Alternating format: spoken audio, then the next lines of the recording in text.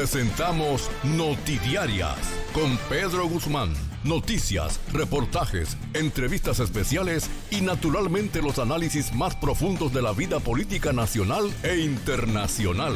Ya inicia Notidiarias, la revista más completa del fin de semana. Buenas tardes a todos los ciudadanos que se ponen en contacto con nosotros cada sábado para compartir algunas de nuestras ideas, que regularmente son ideas que no son las que más va, porque no son las ideas que empoderan el poder, sino las que cuestionan el poder. Y las que cuestionan el poder se ven poco, se escuchan poco en un tiempo y después empiezan a escucharse mucho al final. Cuando el gobierno está fresquecito, las ideas opositoras nadie las quiere. Y cuando los gobiernos se van gastando, entonces empieza la gente a escuchar esas ideas opositoras. Saludos para Andrés Bautista, que está en sintonía con nosotros en el día de hoy. Vamos a darle un par de cajetazos con Andrés ahorita y este problema de los pollos, de los huevos y de los plátanos. A ver cómo marcha el gobierno en ese sentido. Tenemos a alguien que va a analizar ese tema y en el día de hoy vamos a analizar el tema de manera global. Vamos a ver cómo pinta el año 2023. Vamos a ver cómo pinta el año 2023 en el aspecto judicial. Ese enfoque lo va a hacer Ramón Arturo Méndez, un enfoque judicial. Serán turnos de 3 minutos para que podamos enfocar más temas y ustedes puedan tener mayor información. También tenemos los temas de política y en ese tema tenemos a Luis, que es coproductor de este programa, enfocando el tema de cómo están cada uno de los precandidatos y cómo se ven en perspectiva hacia el 2023, y apenas empezando enero. Y tenemos un economista que viene de camino, que yo espero que traiga, aunque sea un racimo de plátano, para que nos enfoque entonces el tema de cómo se ve el 2023 con la situación de los huevos y de los plátanos. Los temas van a ser conceptualizados en fase de 3 minutos para nosotros poder ir viendo el panorama en perspectiva. También en el caso jurídico veremos la situación de la justicia en materia de la lucha contra la corrupción, con los nuevos enfoques que se están dando al principio de año. Miren, si en política hay que poner atención a una cosa, es decir, a cómo inicia enero, para que no se dé el asunto de la cabañuela, que como inicia enero, ¿verdad? Si llueve el 1, enero de lluvia. Si llueve el día 2 de enero, febrero de lluvia. Si llueve el día 3, marzo de lluvia. Tratemos de que no se le diga al gobierno que si enero arrancó bien el 1, el gobierno va a estar bien, el segundo va a estar bien. Entonces, el tercero tiene problemas con el asunto de los precios, el cuarto tiene algún problema. Le podríamos decir entonces que enero y febrero y marzo podrían ser buenos y abril, mayo y junio malos y veremos cómo se da nosotros. Si acudimos a las cabañuelas, ¿verdad? En la realidad, la política no se da de esa manera. En la justicia, lo va a enfocar Arturo y va a enfocar lo que está en carpeta ahí. Lo que está en carpeta. Sin embargo, es nuestras ideas en perspectiva. Eso no quiere decir que eso sea obra de Dios. Mientras tanto, le voy a dar una información que me proporcionó el presidente de la República hace unos minutos. El presidente está muy preocupado por el asunto de los huevos y los plátanos, muy preocupado, porque parecería ser que lo único barato que quedaba para el consumo de la población más pobre y de menos ingresos eran los plátanos y los huevos. De alguna manera eso se le ha ido de la mano con los precios de uno y de otro y el presidente está muy preocupado. Yo pienso que el presidente convocó a los productores para el martes, pero parecería ser que el presidente entre hoy y mañana puede ser que anuncie alguna medida relativa al impedimento a las exportaciones de huevos y alguna medida que tengan que ver con los plátanos. Porque lo que sucede fue que la medida de restricción de las exportaciones de huevos repercute de manera negativa en los mismos productores. Entonces yo pienso que el presidente está en esa fase de revisión. Recuerden que estamos hablando de que un huevo en los barrios está costando 10 pesos, 10 pesos cuesta un huevo en los barrios, pero recuerden que ese huevo lo están vendiendo los productores a 5.5. ¿Quién se gana los 4.5? Pues los 4.5 se lo está ganando el productor, los 4.5 se lo está ganando la intermediación. Entonces el presidente está preocupado porque está afectando de manera directa a los sectores de más bajo ingreso. Igual que un plátano. Un plátano cuesta 35 pesos. Yo fui a La Sirena a comprar un plátano maduro y un plátano maduro FIA, que es una cosita que parece una longaniza, estaba costando 25 pesos la unidad. Un FIA, un plátano chiquito, 25 pesos la unidad maduro. Y yo supongo que verde estaba costando entonces 35. Entonces esos precios preocupan al gobierno, preocupan al presidente. Entonces esa preocupación posiblemente el presidente le genere algún tipo de respuesta en las próximas horas, vamos a decir, frente a esa necesidad, porque desde que lo tiene preocupado, lo tiene preocupado. Y eso llama la atención, porque aquí no queda nada barato. Aquí lo único barato que podríamos decir que quedaba, era, recuerden también, y es importante que lo compartamos con ustedes, que nosotros hicimos unos trabajos el día pasado, no hace 2 meses, que el plátano estaba a 1 peso. Sobre todo el plátano FIA estaba a 1 peso y tuvimos que hacer un trabajo y el presidente, tratando de ayudar a los productores, inició un programa de compra de plátano. Hay que ser justo, Pero también tenemos que recordar que el huevo estaba hace un mes a 3.5 y los productores perdiendo 1.5 en cada huevo. Y el presidente, tratando de ayudar a los productores de huevo, inició una compra de gallinas ponedoras, tratando de reducir un poco la producción de huevos. Entonces, esos son fenómenos que demuestran que el gobierno está preocupado por esos 2 hechos. Entonces, si está preocupado, también tenemos que reconocer que a veces los productores se ven con unos precios relativamente razonables y a veces se caen. Entonces, no necesita la producción algún nivel de estabilidad. Pero en lo que se averigua el caso, el presidente está muy preocupado. Y esperemos que en el día de hoy, mañana, se anuncien alguna medida relativa a esos 2 fenómenos. Para iniciar, estamos contra el tiempo aquí, porque aquí el tiempo es rapidísimo, y más rápido que lo que uno se imagina. Vamos a iniciar con Arturo Méndez para que nos dé su primera participación en el enfoque de la justicia dominicana en perspectiva de 2023. Arturo Méndez. Buenas tardes, buen provecho para todos. Quiero que se me permita antes, la princesa Montserrat está de cumpleaños hoy. No, pero eso es más importante. Y Willy, ponme esa foto. Yo quisiera que Willy me ponga una foto para desearle muchas felicidades, bendiciones, salud, bienestar y que siga creciendo robusta, fuerte y sana, inteligente y de una u otra forma obediente y respetuosa. Felicidades. Pero di quién es esa muchacha. Que Dios te diga, te bendiga. Esa tipa es conocida, es una. ¿Pero quién es ella? La hija de Marlene Esther Tavares Álvarez y Arturo Méndez Zarzuela, un servidor de ustedes. Montserrat Méndez. Felicidades, bendiciones para mi princesa. Miren, entrando en materia, el año 2022 tuvo desenlace de algunos procesos importantes para la sociedad dominicana en función de la impartición de justicia. Estos casos fueron el caso Odebrecht, que fue muy sonado, que lo inició inclusive un hombre que hoy está sometido a la justicia, el caso de los 3 brazos y el caso Super Tucano. Los 3 casos prácticamente la lucha contra la corrupción los perdió. Y vamos a enfocarlo de esa manera para que la gente no entienda que uno está atacando el Ministerio Público. Fueron procesos mal llevados. De hecho, la Procuradora General de la República advirtió en el más importante caso que se ha conocido aquí, que fue el de los 3 brazos, que por ese camino no se iba a llegar a ningún lado y ahí lo vimos.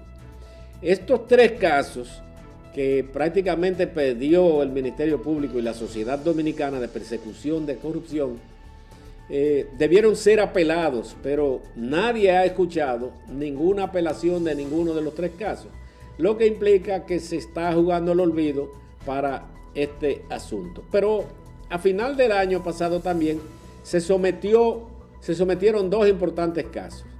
El caso de las imágenes que vemos en pantalla, que es el el caso Antipulpo, donde están involucrados 2 hermanos del presidente de la República, y que la cabeza visible es Alexis Medina Sánchez. También la operación Medusa, que está involucrado el ex procurador general de la República, el caso Coral y Coral 5G, la operación 13, que es el único caso en justicia cometido en este gobierno. Y estas actuaciones del Ministerio Público, mucha gente duda que tengan un final feliz.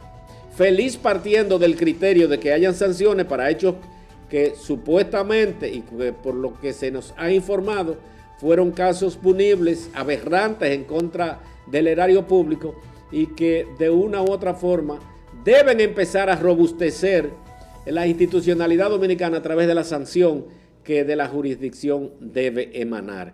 Es importante que todos entendamos que una cosa es la justicia, otra cosa es el Ministerio Público, desde el punto de vista de que este último es el brazo ejecutor de la política criminal del Estado, y es a quien corresponde en los hechos, casos de hechos penales, poner en manos de un tercer imparcial, que es el juez, estos hechos para que terminen en sanción.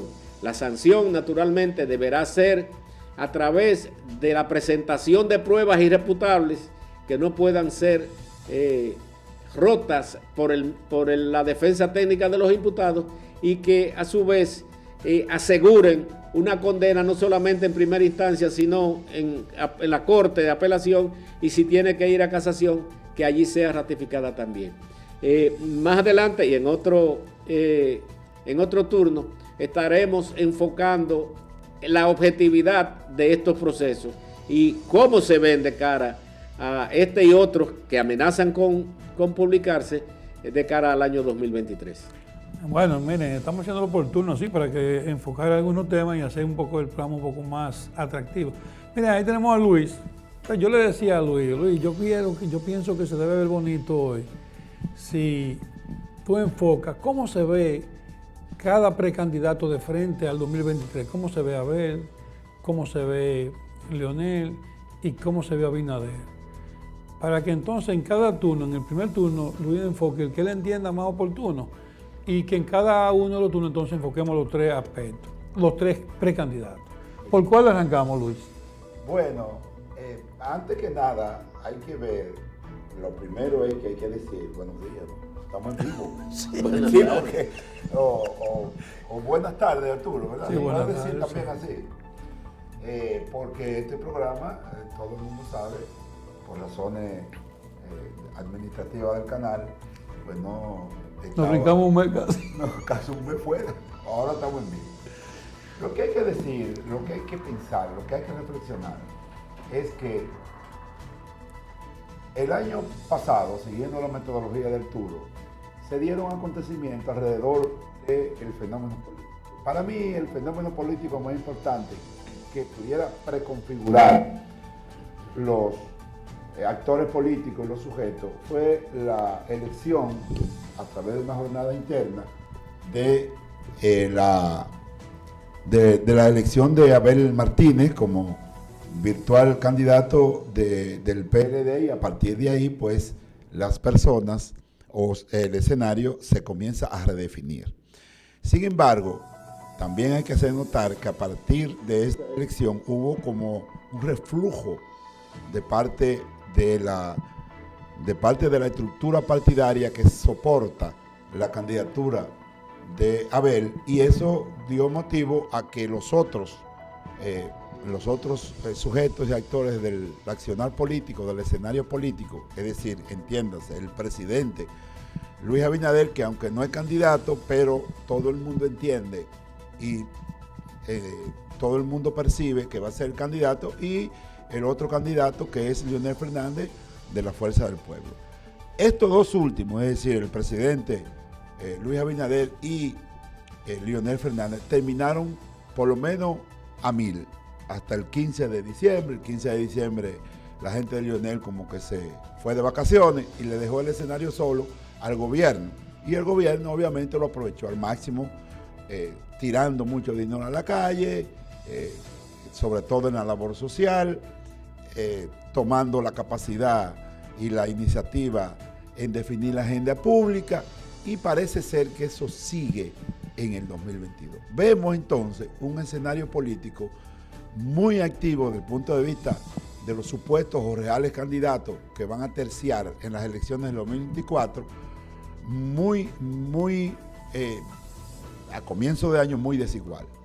Por un lado, todavía se mantiene la inercia del candidato virtual del PLD, Abel Martínez, que no termina de salir finalmente, no termina de ocupar su espacio, porque obviamente el PLD como partido tiene su espacio en el espectro electoral que debe ser llenado de inmediato, ese espacio, por el candidato virtual PLDista, que es Abel Martínez. En el caso de Lionel, que terminó con una manifestación en el estadio, en la arena del Cibao, terminó con los saludos tradicionales que se le da el 26 de diciembre con motivo del cumpleaños, en este caso 69 años, que son muchos, ¿verdad?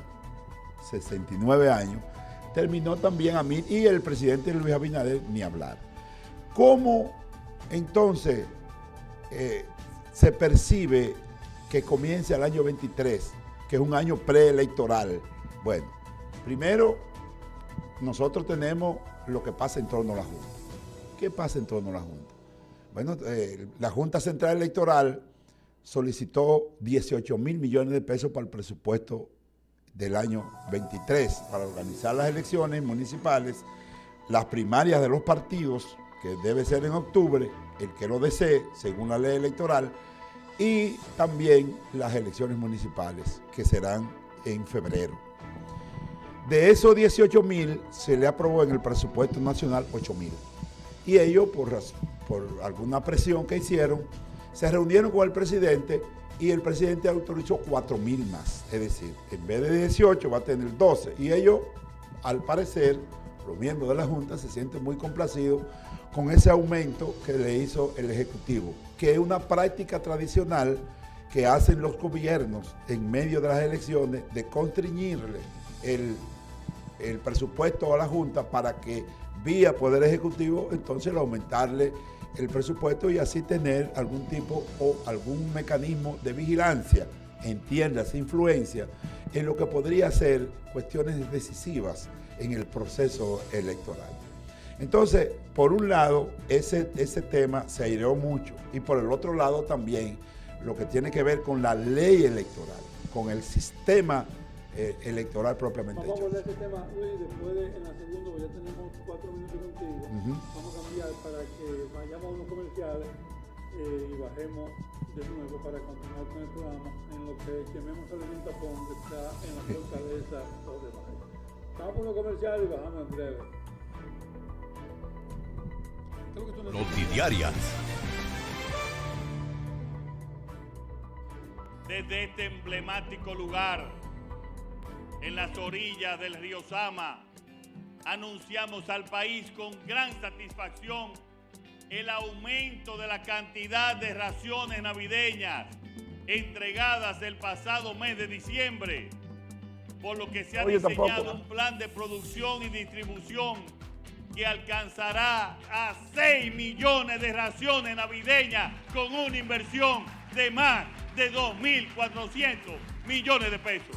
Desde el gobierno dominicano ponemos otra vez esta iniciativa que llevará alimentación en abundancia y de calidad a todas las familias dominicanas, en especial a las más vulnerables.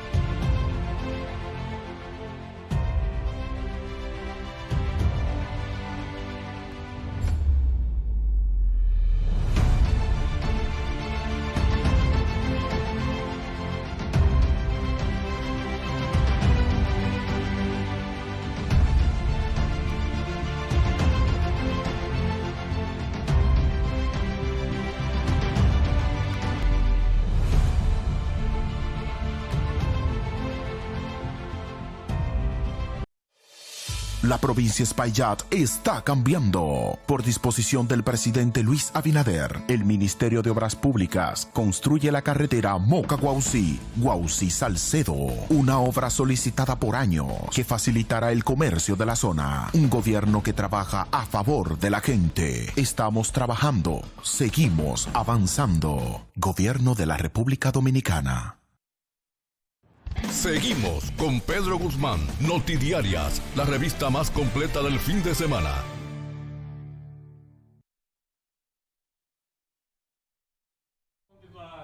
Que hacemos el primer debate, el preámbulo se hace fuera, que Willy se integra y empieza la participación. Señores, antes de continuar con los compañeros que están aquí, déjenme decirle una información que yo estoy viendo aquí, que dice que el país va a inaugurar, atiendan bien, eso es importante, ustedes van a ver lo que se va a inaugurar en el país. En el país se va a inaugurar, yo creo que van a batir el récord mundial. Sí, señor, está batido. Aquí llegó un viejo que vamos a integrar a esta vaina. Pero yo quiero compartir antes de eso, antes de ese... Quiero compartir, pero déjame buscarme esta información que yo estoy buscando aquí, esta información que yo estoy buscando. En el país se va a inaugurar por primera vez la primera huelga del Metro de Santo Domingo el día 17. Empleados del Metro de Santo Domingo paralizarán labores de manera parcial el día 17. Ya ustedes saben que eso nunca había pasado aquí en el país, pero tenía que pasar en el gobierno del presidente Abinader. Tenía que pasar en el gobierno del presidente Abinader. ¿Y por qué tenía que pasar en el gobierno del presidente Abinader? ¿Por qué tenía que pasar en una gestión que lo que apenas tiene son 2 años? Pero ya vamos a inaugurar. Eso no había pasado, pero ya tenemos que inaugurar eso. Porque la idea es que cuando el presidente sube con su esfuerzo de fin de semana, los funcionarios se encarguen de bajarlo, de jalarlo, de triangularlo. Entre el INVE, por un lado en agricultura, el otro del metro, vamos a bajarlo. El presidente sube entre sábado y domingo y los funcionarios se encargan de volverlo a bajar. No es fácil, ¿eh? No es fácil hacer un gobierno con funcionarios dándole pecosoño a la gente. No lo vean tan fácil. Entonces, es un esfuerzo incómodo. Es un esfuerzo muy, muy incómodo que hace el presidente, subiendo los fines de semana y bajando una semana. Miren lo que yo he analizado. El presidente sube regularmente sábado, domingo y lunes y baja martes, miércoles, jueves y viernes. Oye, eso lo estamos analizando. En la semana los funcionarios se encargan de hacerlo bajar y el presidente tiene que volver a hacer un esfuerzo sobrehumano en el fin de semana. No es fácil, así es. ¿Usted cree que es fácil? No es tan fácil así, ¿no? Y que tú solito y ve. Pero bueno, vamos a decir más nada, porque total, al final de cuentas yo no tengo que ver con este gobierno tampoco. ¿Qué me importa a mí que pase lo que quiera pasar? Porque uno vive como también metiéndose como en vaina. Me importa a mí la vida de un pulpero si no me fía. El único amigo que tengo en este gobierno no está ni en el gobierno, entonces ¿qué tengo yo que ver con eso? Pero era una mención nada más por decirle, es un enfoque comunicacional que estamos haciendo. Señores, ustedes saben que estuvimos abordando al principio el asunto de los temas básicos de la economía dominicana. No son inflación, no es de estabilidad monetaria, no es nada de eso. El problema básico de esta nación ahora mismo es huevo y plátano. O sea, la economía la gente lo ve a través del huevo y los plátanos. No te pongas en enfoque, dije científico. Comer es primero. Y ahora tenemos a Chimemo que tenía a cargo dentro de este panel de principio de año evaluar alguna cosa en perspectiva del año 2023. Si Chimemo quiere, puede hablar un poquito también de eso, porque la gente no tiene problema con la estabilidad macroeconómica ni con el Banco Central. Saludos, buenas tardes. Perdónenme la tardanza, pero me agarró un bendito tapón frente a la fortaleza. De eso que los sábados saben darse aquí en esa calle Duarte. Pero bien, yo quería que, vamos a tener que utilizar otro sábado, pero ya con más holgura, porque realmente la producción nacional le dieron una estocada a la producción nacional de huevos, por lo menos en estos días, con la decisión del gobierno, que ya se había manifestado en un documento de aduana, de que la prohibición era por 30 días. Ahí después vino como un ligero disfraz, que no, que son 15 días nada más y que a partir de este viernes recién pasado. Bueno, De todas formas, yo quiero hacer un recuento un poquito medio de lo que pasó en una ocasión. En el año 86, por ahí, en el gobierno de Balaguer, en uno de los últimos gobiernos,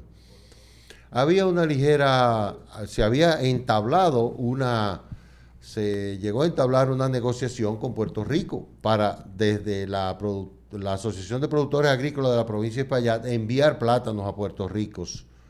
Y habían 2 furgones en el muelle. Pues apareció uno de esos que le gusta decirle a los presidentes, tipo de unos funcionarios que hay ahora, secretearle al oído: presidente, ¿qué le parece esto y aquello? Y le dijo a Balaguer, imagínense: presidente, los productores de Moca están sacando los plátanos para Puerto Rico. Están caros y van a subir más por esa razón. Pues Balaguer paró 2 furgones que habían en el muelle de Jaina listo para salir. Y se maduraron los plátanos ahí. Eso no fue resabio que estos productores de aquí, que ya habían hecho una negociación, que habían hecho todo un esfuerzo. Bueno, Juan Santiago Espaillat, y me excusan que mencione el nombre, está ahí y era presidente de APAPE y puede decir si fue así o no lo que estoy diciendo ahora. ¿Qué pasa?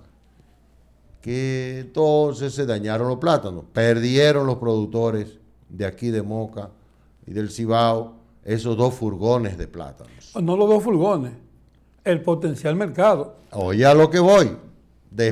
Cogen para donde Balaguer, conversan con Balaguer, lo convencen de que eso no iba a pasar, presidente, porque tenemos suficientes tareas sembradas en Moca, imagínense, la cuna de la producción de plátano, yuca en este país.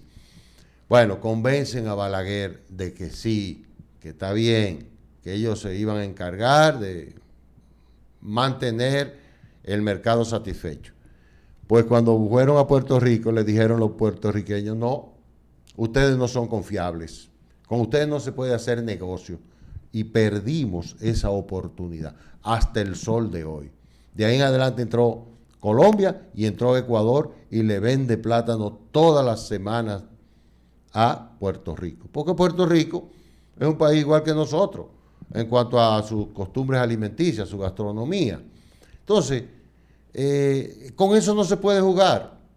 Desgraciadamente, los ministros de Agricultura, históricamente aquí, no estoy hablando de mi amigo Limber y colega, porque él es economista. Él es economista y trabajó muchos años en Sedopex. Productor, igual que tú. Productor de plátano a gran escala, pero él tiene su situación ya contratada con Frito-Lay. Pero bien, no vamos a entrar en el tema personal. ¿Qué buscapié? No. Bueno, desgraciadamente los ministros lo que quieren estar es de simpático con los presidentes, todos los ministros, y estarle secreteando: presidente, vamos a hacer esto, porque a usted no le conviene que tal cosa suba. Oiga, señor ministro, señores ministros, ya lo que pasaron, y para los que vengan, la misión de un Ministerio de Agricultura no es estar de simpático con los presidentes de turnos. La misión de un Ministerio de Agricultura es buscar la rentabilidad del productor agropecuario. En todas partes del mundo, la agropecuaria se le da subsidio. En este país, no. En este país, los productores agropecuarios, lejos de algunos que otros programistas, bueno, ahora están anunciando con bombos y platillos de que se araron 2.500.000 tareas gratis, que esto, que lo otro, que se entregó material de siembra. Vamos a decir que eso es un subsidio, pero eso no es para que entonces haya que el productor tenga que regalarle al consumidor por debajo de su costo de producción. El Ministerio de Agricultura debe trabajar para luchar por la rentabilidad del productor de campo. Y a través de la rentabilidad habrá abundancia a precios justos de todos los rubros de la agropecuaria. Eso es un aspecto. Bueno, ¿sí? llamemos el otro Entonces, aspecto. con el aspecto de los huevos. No, espérate, el otro aspecto, ya tú hiciste 3 minutos, lo vamos a hacer en sesiones de 3 minutos. Ah, pues está bien. Entonces, porque tenemos aquí una ruta, ¿verdad? Yo sé que menos voy a hablar porque yo voy a hacer puntualización nada más de los temas que que llame la atención de lo que crean rencilla, lo que crean lío, ¿verdad? Porque los otros son más amigos de pelear este. Sí, porque también hay que llamar la atención, porque la verdad que la gente lo pone fácil, pero no se crean que es fácil. Por ejemplo, yo pienso que yo tengo un amigo que tiene que estar colocando por lo menos 300,000 o 500,000 huevos en Haití. Entonces ya le paran la producción. Eso es el tipo que está allá en Haití, que le compra los 500,000 huevos, eso se quedó sin huevos un mes porque un tipo la paralizó. No porque al revés. Cuando tú paralizas las exportaciones, tú dices, ¿qué es lo que vamos a lograr con eso? Que haya más huevos. Muy bien. Y si hay más huevos, el productor que tiene unos costos de producción de 5.30 y está vendiendo a 5.5, se está ganando 50 centavos, ese está bien ahí, en esa rentabilidad. No, ese no está bien. Pero lo que resulta más malo es que mientras el productor se gana 30 centavos en la venta de un huevo, el consumidor lo compra a 10 pesos en los barrios. Entonces el gobierno tiene que hacer frente a esa cadena de intermediación, pero no en base al sacrificio de un suplidor confiable con un comprador confiable en Haití, que se pierda esa conexión. Entonces, la verdad que, como tanto esfuerzo que hacen los productores por estabilizar la economía, estabilizar la producción, estabilizar los servicios que ellos dan a través de la alimentación nacional, y de un pronto que apareció un loco. Dije, pero tú puedes bajar No, pero sí, tampoco así, compañero. Usted le diga loco. No, y que tú puedes decir no, pero tú puedes resolver esa caballadita ahí. Tú lo que tienes que hacer es, pero tráete 5 millones de pollo de Brasil, para que eso en vez de estar 90 esté a 50 cheles. Si uno invento, como que la gente, sin pensar en la consecuencia de ese invento. Tú sabes que aquí se le compraron 600,000 quintales de arroz a Panamá hace varios meses, teniendo nosotros en existencia 1 año y pico de consumo. Yo no sé por qué. Yo no sé, eso es lo que tú estás hablando. Vamos a tener que estar de aquí para adelante acechando a la gente para ver qué es lo que se buscan ahí. Porque nada de eso se da como por obra y gracia del Espíritu Santo. El presidente toma la medida con relación a la prohibición de la exportación, es el presidente que toma la medida. Pero el presidente toma la medida no es porque se levantó por la mañana y dijo, coño, si yo resolviera este problemita, un tipo le dice, no hombre, pero resuelve esto. Aduana, cierra esto aquí. Ya por Pedernales no se llevaron huevos esta semana, por la prohibición. Lo que indica que el que tenía un comerciante de aquel lado de Pedernales en Haití, ya ese se desconectó. Y no lo decimos nosotros, eso está en la prensa, todos los periódicos de hoy recogen. No, porque eso no invento, porque lo que menos quisiera decir eso, ojalá uno decía ahora. Yo lo que sí sé es que el presidente está preocupado porque yo me comuniqué con alguien cercano al presidente y me dijo que el presidente, que él cree que en la próxima hora el presidente va a derogar esa medida. Porque más le vale que lo haga. Lo que al revés el presidente tiene que bregar por resolver. Mire, lo único que quedaba barato, eran los huevos y los plátanos. Y cuando yo digo barato, no es en detrimento del productor, porque es que el productor no está vendiendo los plátanos a 20 pesos en la finca. El productor lo está vendiendo a 10, porque yo tengo un amigo mío que vendió a 10, a 8, a 7, a 8 y a 9.5. Y la gente lo está comprando a 35. Explíqueme eso a mí. Explíqueme, por ejemplo, cómo la Sirena puede estar vendiendo un plátano FIA maduro en 25 pesos. ¿Y a cómo están los plátanos en la finca FIA? Los FIA andan a 7.5. Sí, es sencillo. Se gana 18 pesos la Sirena y queda plátano. No, eso no puede ser así. El productor vende el huevo a 5.5. El consumidor lo compra. No. Eso hay que tratar de incidir en la cadena de intermediación. Pero bueno, en lo que resolvemos esa parte y el presidente hace ese esfuerzo, vamos a escuchar para que Arturo nos dé continuidad al aspecto de la justicia de frente al 2023. Bueno, un brinco un tanto violento de comida a aplicación de justicia. Y para avalar un poco lo que decían los colegas antes, intervinieron antes, lo que se busca no es garantizar la estabilidad del productor, lo que se busca es garantizar la estabilidad alimentaria, porque un productor que le vaya mal hoy es un potencial quebrado. Es así. Lo que debe garantizarse es la continuidad. Arturo tiene 3 minutos, analiza el tema tuyo. Mira, en función de la justicia, tenemos procesos pendientes de aplicación de justicia en el ámbito penal.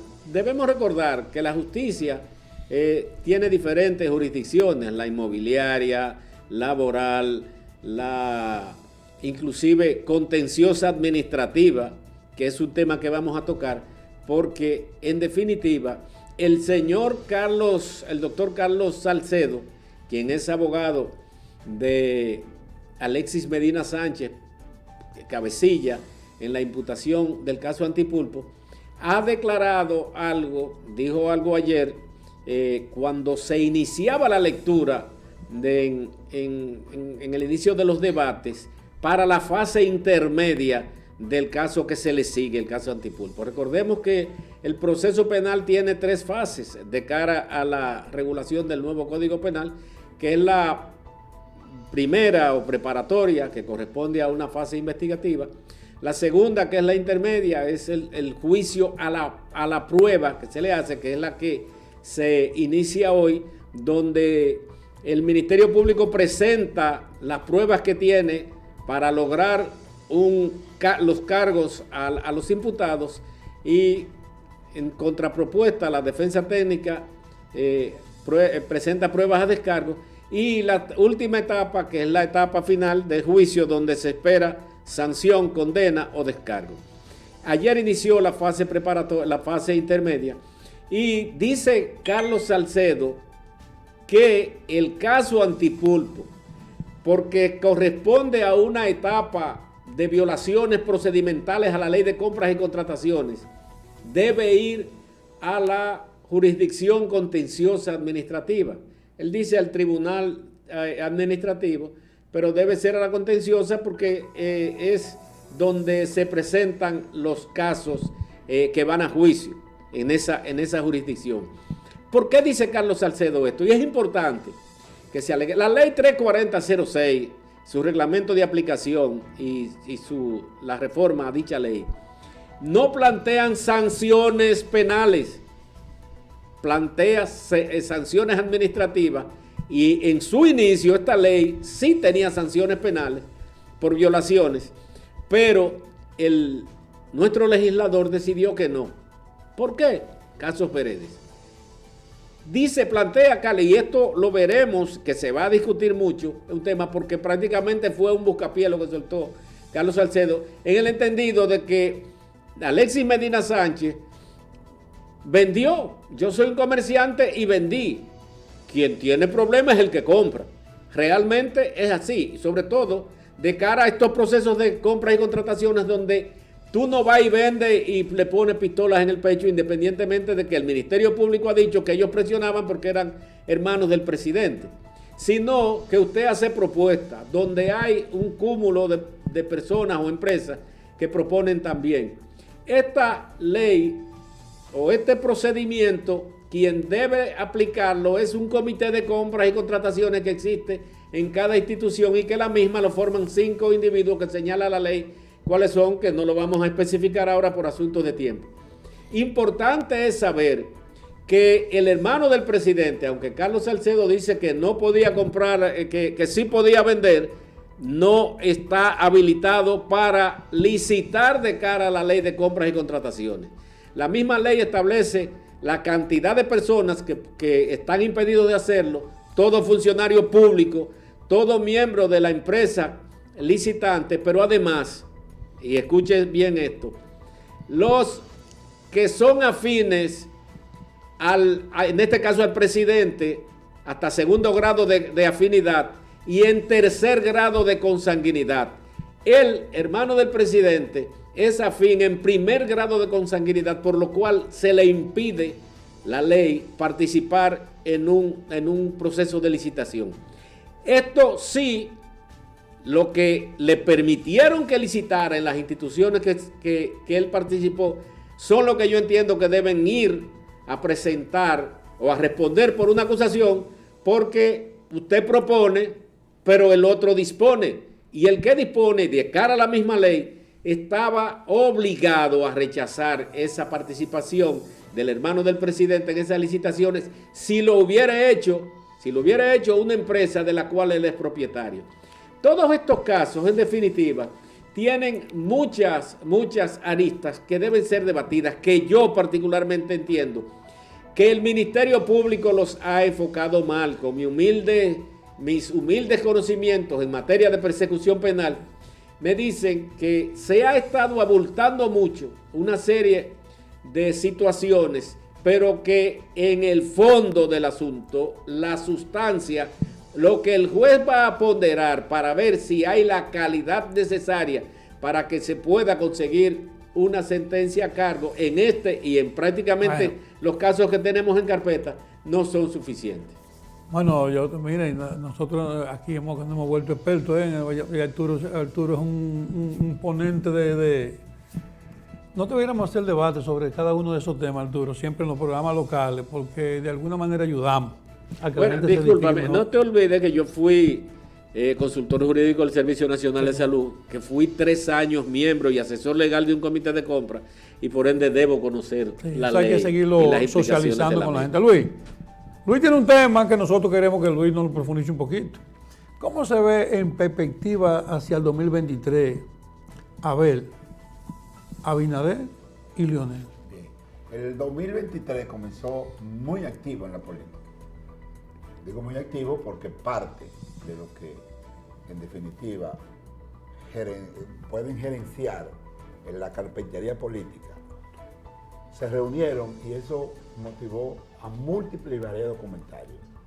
Hubo una reunión, o sea, Hipólito fue a visitar a Danilo a su propia casa y probablemente, y sin probablemente, intercambiaron ideas en torno a qué, a lo que ellos son.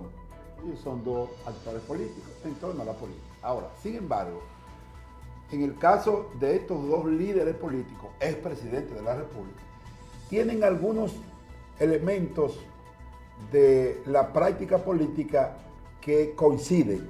Por ejemplo, coinciden ellos en que ninguno de los 2, a pesar de tener un liderazgo en cada uno de sus respectivos partidos, no son candidatos.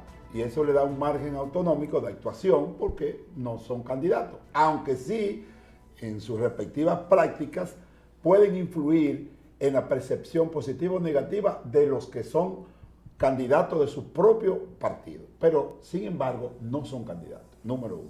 Número 2, son expresidentes de la República, son personas que han tenido una distribución política similar, es decir, ellos no se constituyen en la figura principal.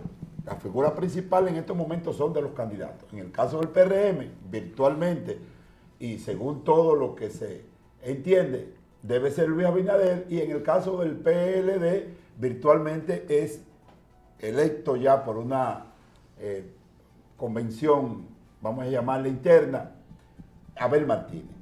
En esos 2 casos, ellos pueden influir en lo que son la percepción de la gente en torno a esos candidatos, pero ellos están de forma simultánea, porque la principalía política de ambas organizaciones lo tienen los posibles candidatos de ambos partidos. Por lo tanto, ellos se reúnen y pueden dirimir cualquier tipo de controversia con un nivel autonómico con relación a los candidatos y con relación a su propia parcela. Pero además hay que saber que al no ser candidato, estos 2 líderes políticos, expresidentes de la República, podrían estar jugando a tener presencia pública. Es decir, al no ser candidato, ellos por acción, obviamente, de las circunstancias, los principales son los candidatos. Al ellos no ser candidatos, ellos pierden vigencia. Sin embargo, entre los 2 unidos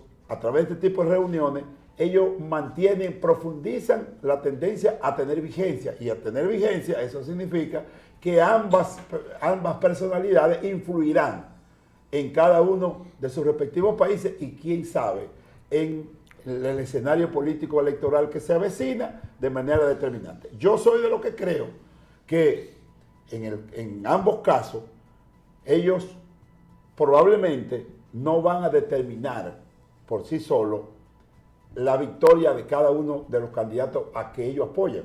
O sea, es decir, Danilo Medina apoya a Abel Martínez e Hipólito Mejía apoya al presidente Luis Abinader. Sin embargo, ellos pueden, a través de una acción común, restarle mérito, es decir, poner a ganar o poner a perder a alguien. De manera que en eso ellos coinciden. ¿Cuál es la perspectiva entonces que nos queda para el año 2023 alrededor de los candidatos presidenciales? Bueno, el PLD todavía no ha arrancado con la candidatura. Esa es la verdad. Me imagino, percibo que tiene estructurado todo un diseño de campaña. Abel Martínez tiene potencialidades que lo hacen de él un candidato potable frente a un electorado que anda buscando algo nuevo, algo distinto, algo diferente, algo joven que conecte con una población electoralmente hablando, viable y que puede votar y que anda por un problema de que el voto no es fiel, o sea, la fidelidad del voto está en crisis. Ya el escenario político del 2020 ni siquiera se parece al escenario político que va a suceder en el 2024. Hay una recomposición evidente de los símbolos, de los discursos, de lo que son las percepciones de la gente y cómo influir. Abel tiene potencialidades. En el caso de Leonel Fernández, que todo luce, ha estado en campaña durante muchísimo tiempo y que tiene de alguna manera una actitud discursiva de polarizar con el presidente de la República, pues bueno, veremos lo que trae de antemano. Pero terminó a 1000, como yo dije, y al parecer tiene asegurado una posibilidad de competición en esta nueva correlación de fuerzas. Y Luis Abinader, como todo el mundo sabe, sigue pautando la agenda pública y nacional en términos electorales, no solamente por su condición de presidente de la República, que la está usando muy bien, sino también por ser la cabeza visible de un liderazgo de uno o del principal partido político hasta ahora en la República Dominicana. Bueno. Por lo tanto, la perspectiva es muy interesante, no solamente lo que tiene que ver con los hechos, sino con las potencialidades de cada uno de ellos. Bueno, llamemos. Mira, estamos haciéndolo bien, estamos bien cuajando un escenario bueno para que la gente el 2023 tenga la perspectiva desde el punto de vista de la justicia, desde el punto de vista de la política, y abordan un poquito el tema de los huevos y los plátanos. Sí. Que a la gente no le interesa la estabilidad macroeconómica. Hay que amarrar la micro con la macro para que los de abajo boroneen, dijo Hipólito. Sí. Entonces, yo creo que de eso se trata. Me niego a creer que eso fuera así. Él lo dijo, eso está escrito por ahí, sí, él lo dijo. En cualquier periódico. Mira, realmente yo empecé haciendo la anécdota, la historia que pasó con el caso de los plátanos para caer en la situación, la coyuntura actual de los productores de huevos que le han parado la exportación hacia Haití. Eso lo hacen unos simpáticos. ¿Por qué con Haití? A Bahamas le hacen eso y no le compran un huevo más nunca a República Dominicana. A Puerto Rico le hacen eso y no le compran un huevo más nunca a República Dominicana. A cualquier país circunvecino, a Cuba le hacen eso y no le compran, porque señor, usted está diciendo con eso que usted no es un suplidor confiable. Eso se lo hacen a Haití porque está obligado a carabina, porque él no tiene para dónde coger y es quien más barato podría suplirle huevos. Entonces yo creo que esa medida hay que revisarla, hay que tener cuidado, con ese tipo de cosas no se relaja, con eso no se juega y mucho menos jugar a la política, jugando a la política. Porque cuando ellos se revoltean de aquel lado y nos paran los camiones, bueno, es un asunto de ellos. Pero que nosotros no le mandemos huevos para allá, bueno, ya eso es un asunto que habla mal de nosotros. Habla muy mal de nosotros como suplidor de un alimento tan importante como es el huevo, ya para el mundo entero. Entonces yo creo que eso van a tener que revisarlo. Vi unas declaraciones de un productor que dijo que el asunto de los plátanos, eso se toma 3 o 4 meses. Señor, pero siempre en invierno, en días cortos, en días fríos, la producción por un asunto biológico, por un asunto de fotosíntesis, si se quiere ir más profundamente, la producción nacional de plátano se reduce en un 25 y un 30%. Coincide con que en fin de año hay más chelitos en la calle y hay más demanda de todo, y entonces eso hace que los plátanos suban un poco de precio. Pues no encontremos raro que aparezca el mismo faculto que paró que sugirió al presidente parar las exportaciones de huevos para Haití, que le diga que traiga 50 o 60 millones de unidades de plátano de Colombia y Ecuador, si quieren vendérnosla, porque tampoco a Colombia y Ecuador no le interesa una gente que esté comprando de oportunidad, le interesa un comprador que ellos puedan planificar su producción. Entonces, yo creo que esas son cosas que hay que sopesarlas. Ya la historia nos ha enseñado bastante. Ya medidas de ese tipo no se pueden estar tomando porque eso atenta contra la estabilidad de la producción, atenta contra la rentabilidad de los productores, que son al fin y al cabo los que arriesgan su pellejo, los que arriesgan su tiempo, los que arriesgan su tierra para poner a producir. Si es que, señor presidente, eche para atrás esa medida, que usted mismo se lo va a agradecer en 3 meses, usted mismo a usted mismo.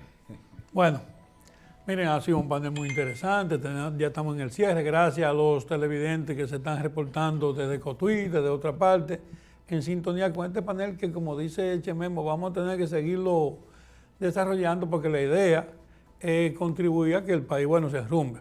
Proteger a los productores, porque si no protegemos a los productores, no hay vía, no hay manera de que mantengamos la producción.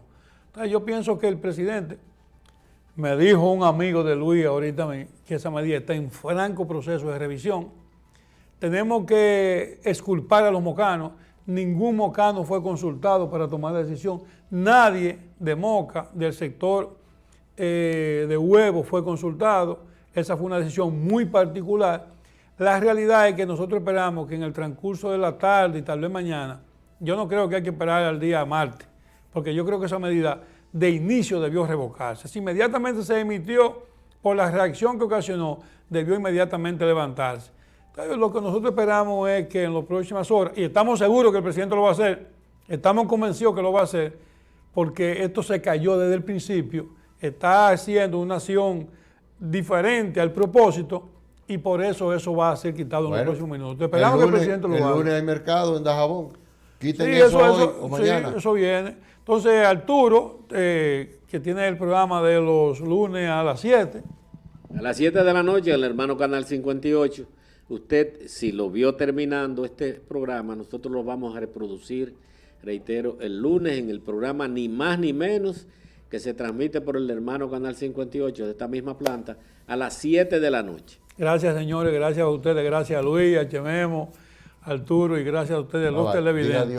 Esperamos poderles decir en las próximas horas que ya se resolvió el problema eso, que es el objetivo de este día de hoy. Gracias.